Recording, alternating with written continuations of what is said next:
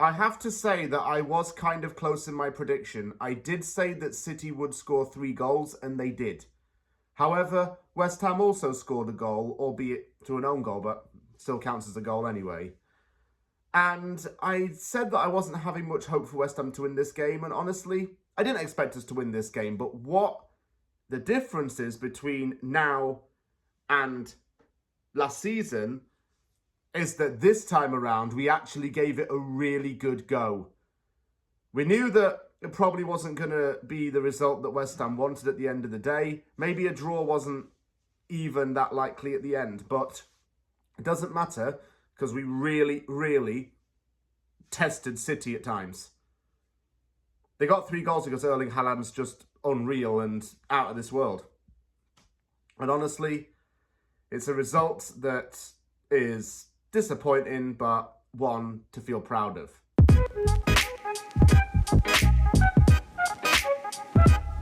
It has finished West Ham United 1, Manchester City 3 at the London Stadium. West Ham has lost, but the signs of what this team can do and the way we're setting up under Julen Lopetegui are very, very positive.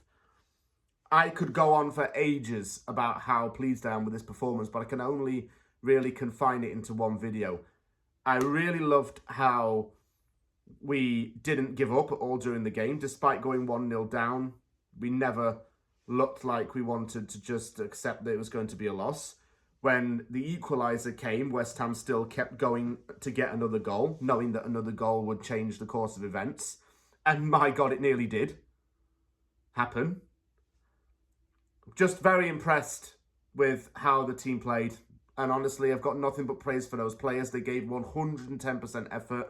They were fantastic. Every single one of them. I've said it before many, many, many months ago, but it's very rare that you actually do go to a game, your team loses, and you feel proud of the team despite the loss. But that's what the players deserve. They deserve to walk off that field with their heads held high. Let me talk about the team then. Areola was in goal. Aaron Wan-Bissaka deservedly started at right back following his exceptional League Cup performance. Emerson was in at left back. Kilman and Mavropanos as the centre-backs. Guido Rodriguez and Edson Alvarez is the pivot in the midfield. Bowen and Kudus as the wingers. Paquetá at the 10. Antonio up top. Our checkmates, Sofal and Souček, were benched. Carlos Soler was not signed in time to appear in this game, but he was present at the stadium and was introduced to the crowd before the game. Noel Gallagher was also there, watching. It's the third time in 4 games of the whole season that Julen has actually faced against another Spanish coach as well, this time in Pep Guardiola. Before the game, there was a 1-minute silence in memory of Sven-Göran Eriksson, who was the manager of Manchester City from 2007 to 2008. Very strong start by West Ham. I have to say, we really harassed City for the first 4 minutes of that game. Had a lot of possession in their half, kept putting crosses into the box. Gvardiol had to defend at close range, and Bowen curled one from distance, which Ederson had to punch away. Despite the good pressure from West Ham, Haaland made it 1-0 after 10 minutes. I think there was a bit of an error here with a pass. It found its way to Haaland and he slotted home with his left foot. He's like him. He's inevitable right now. I think it was Silva who intercepted it and then played it onto Haaland. And once we lose the ball, they just seemed to pounce on it and were slow to react. It seemed to be quite the thing here. But then again, we pressed them quite a bit, which was a surprise. Kevin De Bruyne took a bit of a fluky shot which forced Areola into a dive, and he put in a man-of-the-match performance despite conceding the 3 goals. That save to deny De Bruyne was exceptional. 1-1 came, and it was through an own goal from Ruben Diaz. Bowen crossed it, and Diaz put it into the net by accident. West Ham had a lifeline. And then, events changed in the game. I thought West Ham still looked very confident and very clear as to what they wanted to do, just having just got that equaliser. Fortuitous, I know, but goal's a goal. Haaland made it 2-1 with a wicked shot as well. Pretty solid goal, and honestly, that one was a stinger. There was nothing anyone could have done about it. Let that one slide, I think. Kudus also came very close. He was exceptional on the wing again. put a lot of pressure on City's defenders, forced them to really focus on him and mark him.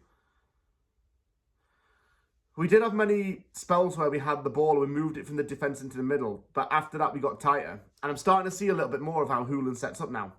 He asks ball-carrying centre-back Max Kilman to take it into the middle, and then Kilman immediately drops back to provide defensive cover.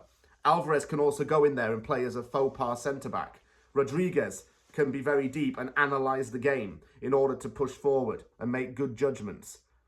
So start to see how we became a lot more analytical, a lot more assured in our decisions, and a lot more patient in some ways. The pivot with our two Spanish-speaking midfielders was excellent. Really, really good. Areola clattered into the post at some point in the first half and wasn't able to come on for the second, so Lucas Fabianski came on in Areola's place. Holy hell, this moment happened. I said this to my brother after the game. I do not know how Kudus did not score this. Insane counter between Bowen and Kudus. Doing a 1-2. Bowen sensibly plays the ball into Kudus' path and he fires and he hits the left post with a shot. He had so much space to smash that in. I think he knew where he was going to put it, and I think he was devastated that he didn't score that. We had 4 chances in that second half by the 70th minute. So West Ham was statistically on top at this point. Some substitutions were made and Hooland was thinking, okay, you know, it's 2-1 right now. And we still are chasing this game, but we're going at it. Let me make some subs. Emerson off for Sofal, so that made me think, is Wan-Bissaka then going on the left? Füllkrug on in place of Antonio, and Alvarez off for Souček. Souček came quite close with a shot that went off target. Füllkrug's first goal will come, and once I think he gets it, we'll be fine. But don't take my word for that, though. Wan-Bissaka was excellent all game. Really got into many attacking positions and looked so comfortable playing in the full-back role on both sides of the field as well. Haaland sealed his hat-trick. It was 3-1. 7 goals in the opening 3 league games for him. His 8th Premier League hat-trick as well. 5 more, and he overtakes Aguero.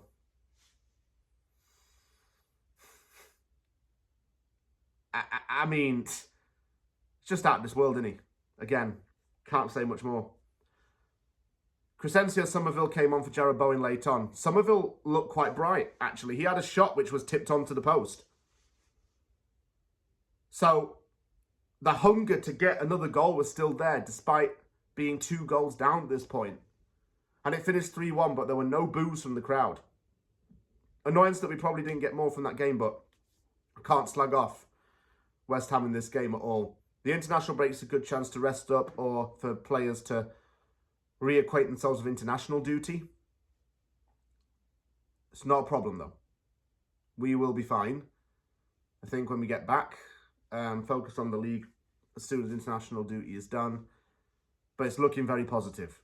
The team is looking positive, and the style of play is very good. Everyone's adapting quite well, and despite losing 3-1, it was a very good effort, and we can be pleased with what we saw.